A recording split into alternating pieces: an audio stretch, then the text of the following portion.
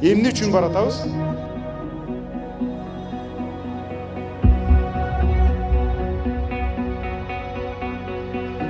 Эгер мен барып калсам, жок дегенде ошол 120нын ичиндеги мажүрө, мажес, коркок, кошоматчы, пактакор депутаттар бирге азаят.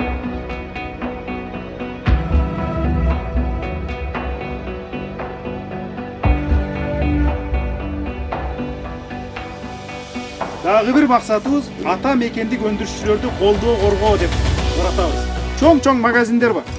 Алардын ичиндеги товарлардын дагы көбү дээрлик бардыгы чет өлкөлүктөр. Ушул магазиндерде ата мекендик өндүрүштөн чыккан товарлар болсун деп чектеген мыйзам жок. Ошентип биз мыйзам менен болсо дагы аларга шарт түзсөк, товары көбүрөөк сатылса эмне болот? Көбүрөөк ишти жасайт, көбүрөөк товар чыгарат. Көбүрөөк товар чыгарыш үчүн көбүрөөк жумушчу күчүн алат. Жумушчу күчү көбөйсө биздикилер Россияга тентийби?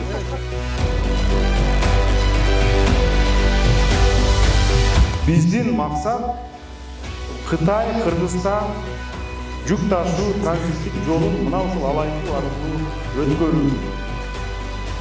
Көпчүлүгүнө жомок катары сезилишин, анткени жолдун азабын көрүп ондогон жылдар бою. Бул так чечилбей турган маселе эсептелип калган. Мага да ошондой сезим керек болсо, бирок биз аракет кылып, планды коюп, мына ушул жолдун транзиттик жол болушу үчүн күрөшөбүз.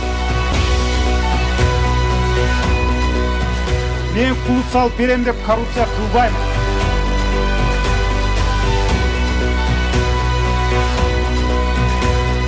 Мен добушуңарды сатып албайм.